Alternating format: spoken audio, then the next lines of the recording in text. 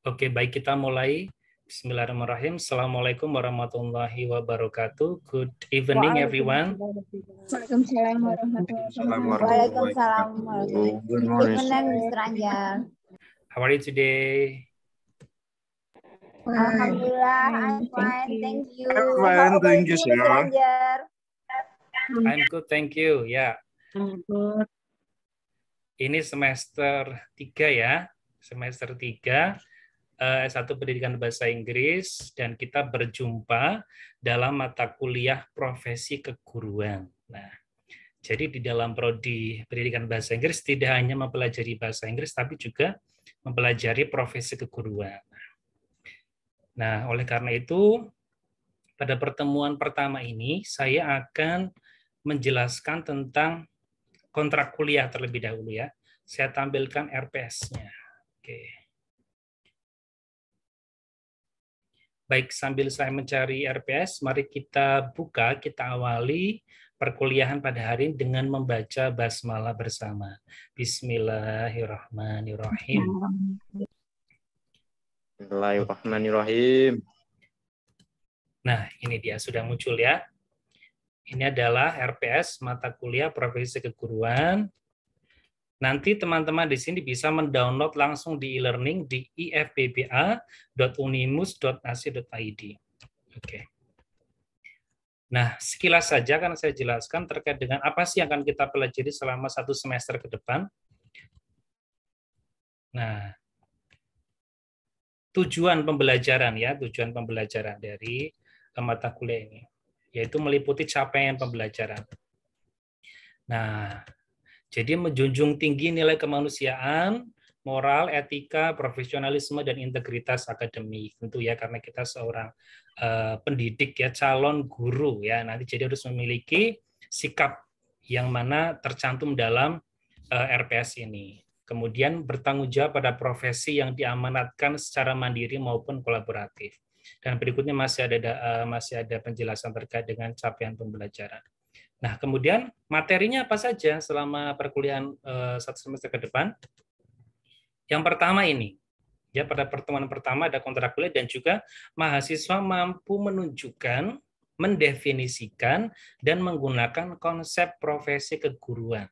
Nah, ini ya, jadi harus mampu menunjukkan, mendefinisikan. Ya, tahu bahwa saya seorang guru, saya calon seorang guru, saya harus tahu, harus paham apa itu profesi keguruan. Gitu ya. Lebih detailnya ya di sini ada sub CPMK. CPMK adalah capaian pembelajaran mata kuliah. Mahasiswa mampu menunjukkan, mendefinisikan, menggunakan pengertian dan syarat-syarat profesi, kode etik profesi keguruan, dan organisasi profesi keguruan. Itu ya. Jadi kurang lebihnya kita akan mempelajari itu pada hari ini. Baik. Sampai sini ada yang ingin ditanyakan terkait dengan RPS? Oke, belum ada ya. Nah, perkuliahannya nanti akan ada 16 pertemuan, 14 pertemuan tatap muka, 2 ujian tengah semester, dan ujian akhir semester. Dan kemudian penilaian nanti meliputi nilai kognitif, afektif, psikomotor ya. Jadi nanti akan diuji dalam beberapa kuis ya, dan juga tes yang akan saya berikan secara terstruktur dan mandiri nanti pada pertengahan perkuliahan.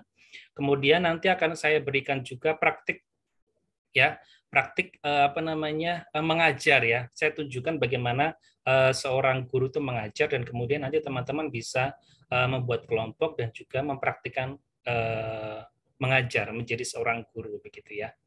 Oke. Penilaian berikutnya yaitu terkait dengan soft skill, itu berupa kehadiran dan juga keaktifan selama perkuliahan. Dan nilai nanti ada A, B, B, C, C, D, dan sampai dengan E. Begitu, ada yang ingin ditanyakan sampai sini? Ada yang ingin bertanya? Remedinya minimal nilainya berapa, Pak? Remedi. Ya, kita belum masuk ujian udah remedi ya, Mbak Agnes ya, luar biasa. Jadi kalau remedi itu nanti kalau nilainya C, ya jangan sampai nilai itu C ya, di transkrip nilai itu ijazah satu ya, sekarang jelek. Jadi minimal C nanti baru kita adakan remedi atau perbaikan. Begitu ya Mbak Agnes ya. Mbak Agnes dari mana ini? Asal kotanya? Tegal, Pak. Oh, dari Tegal. Tapi kok kelihatan dari Bumiayu ya? Sebelahan ya. Oke. Ada yang lagi yang ditanyakan? Mbak Suryani? Ingin bertanya? Tidak? Ingin bertanya, berapa persen kehadirannya yang dianu, Pak? Oh ya, kehadirannya minimal 75% baru bisa mengikuti ujian. Itu Mbak Pia dari kota mana, Mbak Pia? Pekalongan, Pak. Oh, Pekalongan. Oke. Ya, ada lagi yang mau ditanyakan? Tidak ada? Oke, kalau tidak ada, saya masuk ke materi ya. Ini saya tampilkan, share screen. Nah, ini saya.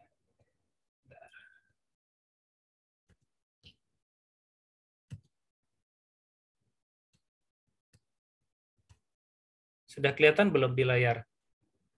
Sudah, Sir. Sudah ya? Oke ya. Profesi keguruan. Nah, ya. Nah, ini ya. Jadi pertama adalah pengertian profesi. Apa sih profesi itu? Ya. Dalam bahasa Inggris profesi itu disebut profession yang mengandung arti suatu pekerjaan. Jadi profession itu adalah pekerjaan, ya. Tapi secara sederhana, istilah profesi itu sering diartikan sebagai suatu pekerjaan seseorang yang dilakukan secara rutin dan merupakan sumber penghasilan finansial dalam kehidupannya. Jadi sesuatu kegiatan atau pekerjaan yang dilakukan secara rutin dan menjadi sumber penghasilan. Itu namanya profesi. Ini dikemukakan oleh Hornby tahun 1962. Nah, profesi itu bisa misalnya meliputi pedagang, pengacara, dokter, arsitek, guru, penyanyi, penari, pelukis, petani, dan seterusnya. Ya. Tetapi seseorang itu tidak dibatasi hanya memiliki satu jenis profesi, bisa lebih dari satu. Misalkan nih, Mas Redi seorang teknisi mesin misalkan ya. Tapi bisa menjadi seorang penyanyi atau pelukis. Jadi sekali lagi profesi itu tidak dibatasi hanya satu ya, karena orang itu bisa multitasking sesuai dengan kemampuannya. Nah, itu ya pengertian profesi secara umumnya seperti itu. Berikutnya, nah ini dalam Kamus Besar Bahasa Indonesia diungkapkan bahwa profesi adalah bidang pekerjaan yang dilandasi pendidikan keahlian, keterampilan, dan kejujuran tertentu ya. Jadi misalkan nanti teman-teman adalah seorang guru, ya akan menjadi seorang tenaga pendidik atau guru. Itu harus memiliki keterampilan. Keterampilannya apa? Keterampilannya adalah seorang sarjana pendidikan, ya sudah menempuh pendidikan selama 4 tahun, ya selama pendidikan sarjana itu, sehingga berhak menyandang gelar sarjana dan memiliki profesi sebagai tenaga pendidik.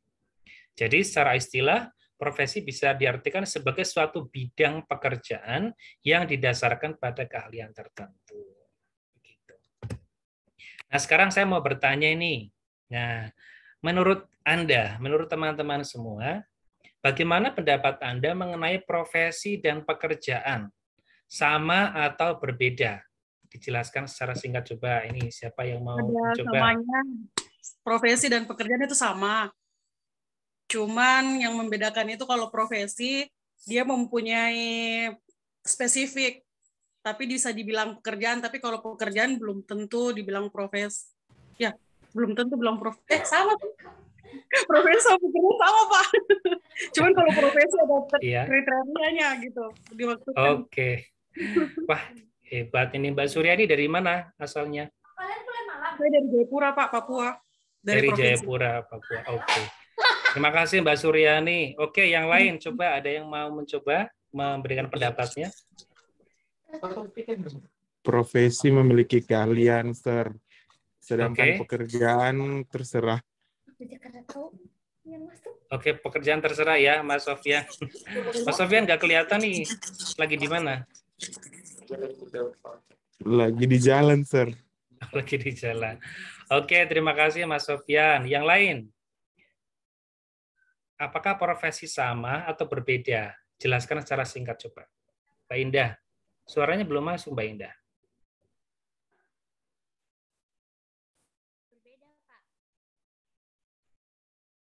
Belum masuk. Belum juga Mbak, belum masuk. Belum masuk ya suaranya Mbak Indah ya?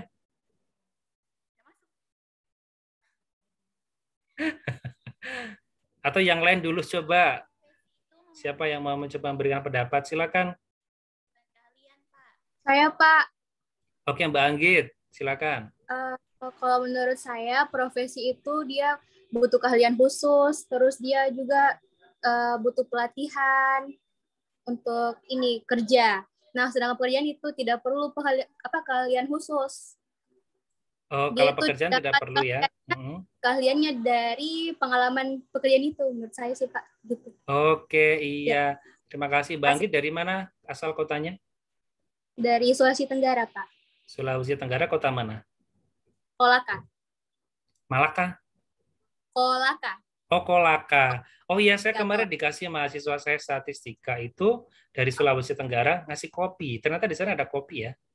Ada, Pak, ada. Iya, kopinya tidak terlalu hitam ternyata Mbak Anggit. Iya, enggak. Nanti kalau Mbak Anggit mau wisuda, nanti bisa ketemu saya bawa kopi. Ya, insya Allah, Bercanda Pak. ya Mbak ya, bercanda ya. Khasnya itu ini sih, Pak, kakao. Kami di sana. Penghasil kakao. Oh, iya, iya, iya. Tapi enak Mbak, itu khasnya sana tuh keren gitu ya. Beda, jadi kita bisa mencicipi beraneka ragam kopi dari Nusantara. Terima kasih Mbak Anggit. Ya Pak, sama-sama. Ayo lagi, siapa lagi yang mau memberikan pendapatnya tentang profesi dan pekerjaan? Mas Asdin. Iya, kalau menurut saya, profesi itu bagian dari pekerjaan. Tapi kalau pekerjaan belum tentu dikatakan profesi. Wah, hebat. Contohnya apa, Mas? Contohnya saja, apa namanya, itu kan berjalan, olahraga, itu kan profesi kan, maksudnya atlet, profesi. Itu maksudnya dia gimana ya? Dia pekerjaan tapi bukan ahlinya begitu. Dia melakukannya tiap hari tapi bukan keahliannya. Gitu. Oke, terima kasih Mas Asrin. Keren. Asalnya dari kota mana, Mas? Ternate, Maluku Utara. Oh, Ternate, Maluku Utara itu berarti dekat sama Filipina ya? Iya, Pak. Iya, berarti tinggal ini ya. Berapa kilometer, Mas, jaraknya ke Filipina? Tidak tahu juga. Belum pernah ya? Oke, terima kasih. Terakhir, satu lagi. Siapa yang memberikan pendapatnya mengenai profesi dan pekerjaan? Sama atau tidak?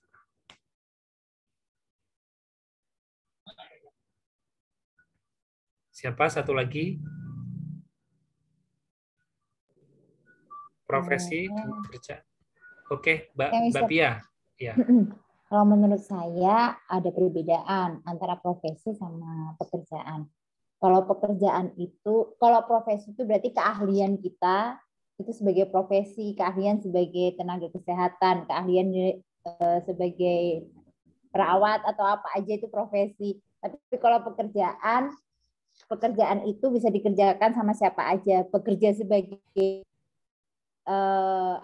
sebagai tenaga kebersihan atau CS kan itu tidak perlu jadi berprofesi, tapi itu sebagai pekerjaan, misalnya seperti itu atau bekerja sebagai tenaga administrasi kan tidak perlu punya profesi, tapi dia hanya bekerja. Menurut saya seperti itu, Pak. Iya, terima kasih Mbak Pia, keren ya. Baik, terima kasih pendapatnya teman-teman semua, dan ini saya tampilkan kembali PowerPoint-nya. Nah, jadi dari beberapa pendapat tadi dapat kita simpulkan bahwa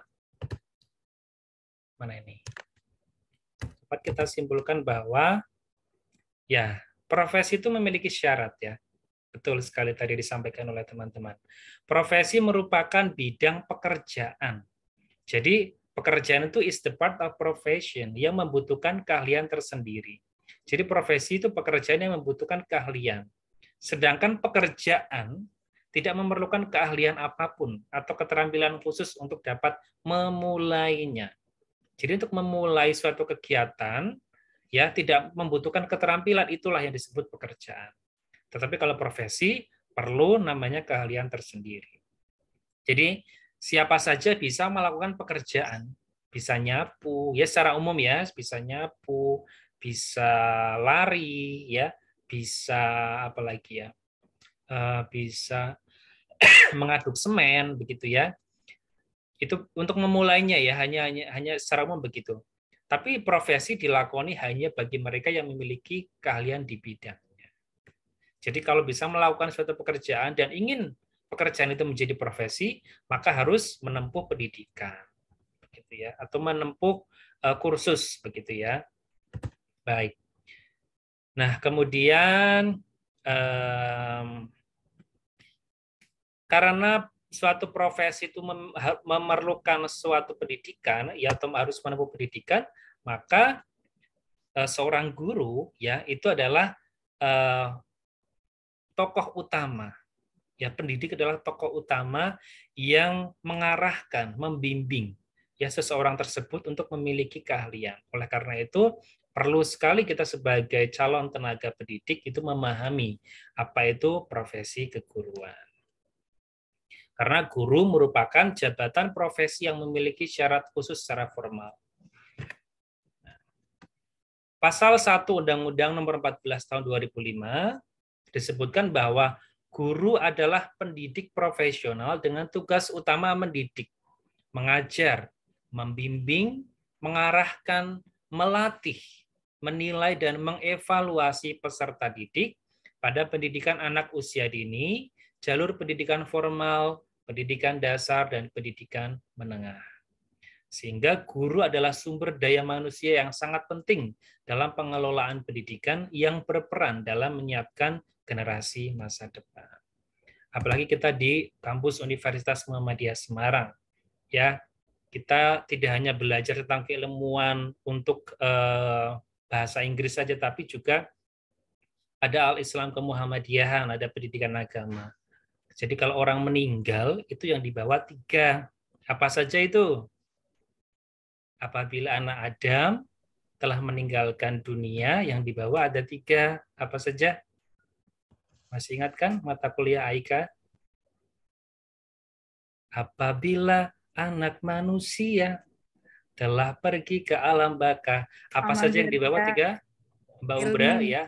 Amal. Terus? Amal, ilmu yang bermanfaat, dan anak soleha.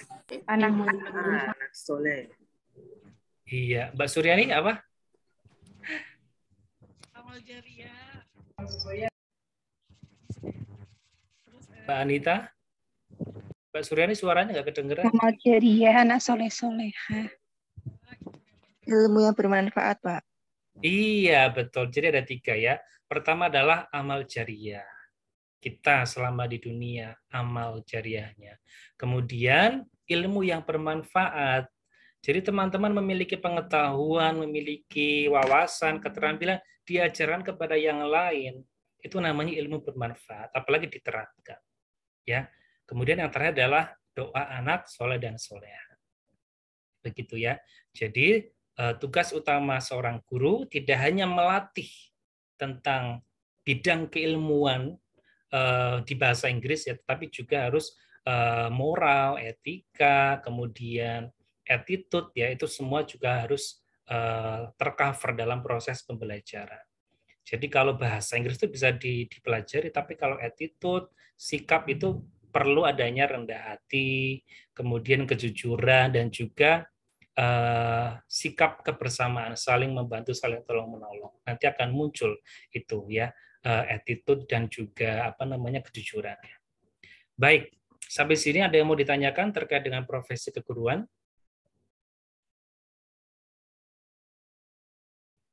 Tidak ada? Ada? Silakan.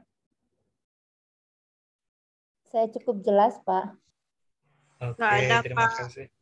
Terima kasih. Baik, kalau tidak ada, ya Mbak Mbak Sur.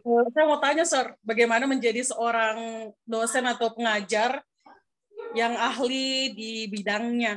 Soalnya kan biasanya kan banyak lulusan yang S1, S2, tapi dia tidak berbobot. Tapi saya pengen yang berbobot itu bagaimana caranya gitu, Sir. Seperti Sir begitu. Kalau menurut Mbak Suryani berbobotnya itu seperti apa? Yang dimaksud berbobot menurut Mbak Suryani? Attitude-nya baik, terus apa namanya nih, isinya yang dijelaskan cukup jelas, kayak gitu, Sir. Oke, terima kasih Mbak Suryani. Jadi untuk menjadi seorang dosen atau guru, yang pertama tidak hanya syarat akademik, lulusan sarjana, lulusan magister. Tapi kedua adalah bagaimana kita bisa mempelajari, memahami ya pembelajaran itu, kemudian kita terapkan pada diri kita sendiri. Kalau kita sudah berani mencoba menerapkan, baru kita mencoba untuk memberikan kepada orang lain. Kuncinya adalah, kalau saya pribadi, itu bukan berarti tidak bersyukur ya, tetapi merasa saya itu tidak tahu apa-apa, saya masih belajar. Begitu. Jadi dengan itu, maka saya tidak keminter, begitu ya. Jadi hilangkan sikap keminter, kemelintri, ya bahasa Jawa tawadu ya, Sir. Bahasa ini betul Mbak Suryani, iya tawadu. Kemudian apa namanya rendah hati, bukan rendah diri ya. Apa bedanya rendah diri dan rendah hati? Rendah hati ya, hati itu kalau rendah diri nggak punya harga diri. Betul. Rendah hati itu apa namanya nyaman ya, nyaman dengan apa yang kita miliki, tidak menganggap lebih tinggi diri kita dengan orang lain. Kemudian kalau rendah diri itu kan merasa apa ya, pesimis, kemudian harga diri kita udah ya tidak ada posisinya lah ya. Kemudian betul tadi dikatakan Mbak Suryani tawadu dan juga berani untuk tampil percaya diri ya. Jadi tadi itu hilangkan keminter, kemayu, kebagus gitu ya. Oke, sudah cantik, sudah ganteng, tapi tidak usah merasa gitu ya. Tidak usah merasa paling gitu, tidak usah. Gitu, karena kita itu manusia biasa, nanti kalau kita mati badan kita hancur kok, akan menjadi apa namanya bangkai. Nah, yang kita banggakan yaitu tadi 3 hal tadi itu ya. Yang kita banggakan dalam diri kita, bukan disombongkan. Nah, sehingga perlu ditanamkan percaya diri, rendah hati, kemudian mau berteman dengan siapa saja, tapi yang baik, ya, yang circle-nya yang baik begitu. Begitu ya. Nah, setelah ini saya sudah mencantumkan tugas di e-learning. Silakan teman-teman nanti mencari apa namanya mencari studi kasus ya, studi kasus, membaca beberapa artikel terkait dengan profesi keguruan. Saat ini abad 21 itu guru sedang ada apa sih gitu. Mungkin terkait dengan kurikulumnya atau terkait dengan regulasi peraturan keguruan dan sebagainya. Gitu ya. Jadi minggu depan kita diskusi terkait dengan kode etik profesi keguruan. Itu minggu depan. Oke, sebelum saya akhiri ada yang ingin ditanyakan? Standar penilaian, Sir, itu sebenarnya diambil atas dasar kita yang mau sendiri sebagai dosen, atau memang sudah ada kayak memang harus sudah ditentukan gitu, misal dari apa namanya institusinya kayak gitu, Sir? Iya. Kalau standar penilaian itu tiap program studi beda-beda.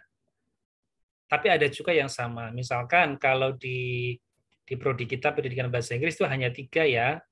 Ada tugas, UTS, dan UAS.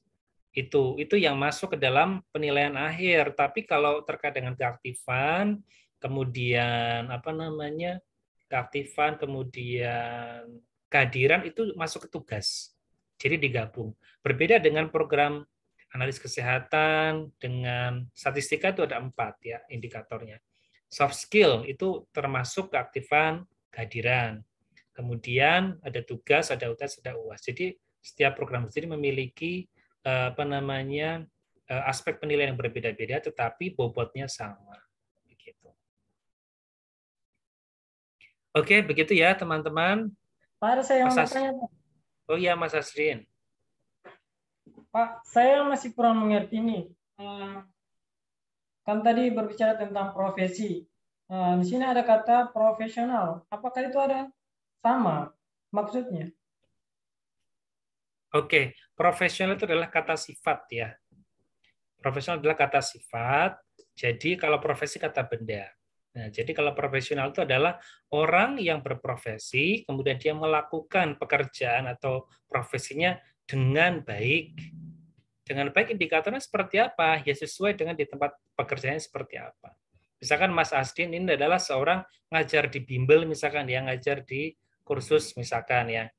Mas Asdin harus bekerja secara profesional. Bagaimana caranya? Ya sebelum mengajar harus menyiapkan rencana pembelajaran.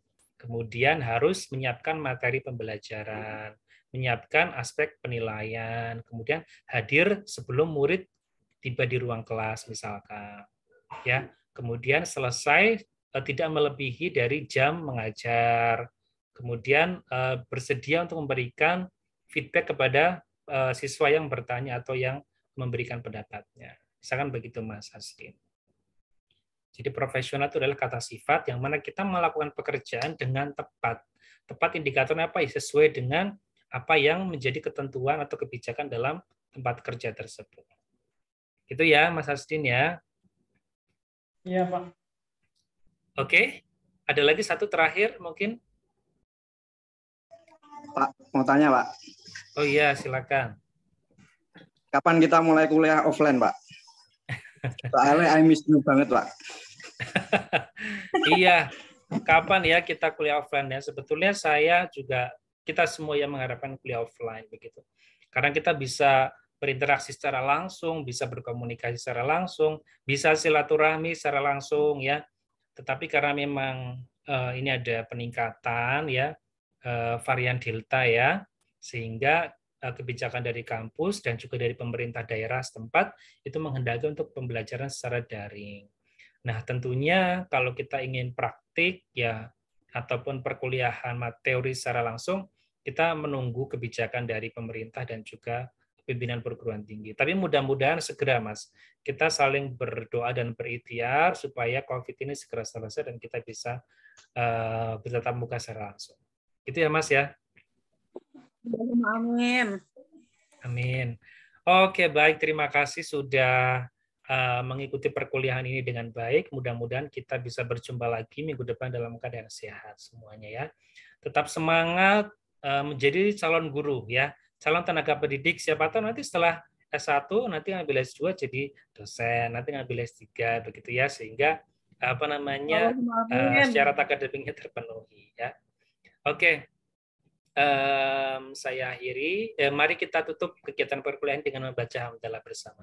Alhamdulillah. Terima kasih. See you next time. Assalamualaikum warahmatullahi wabarakatuh.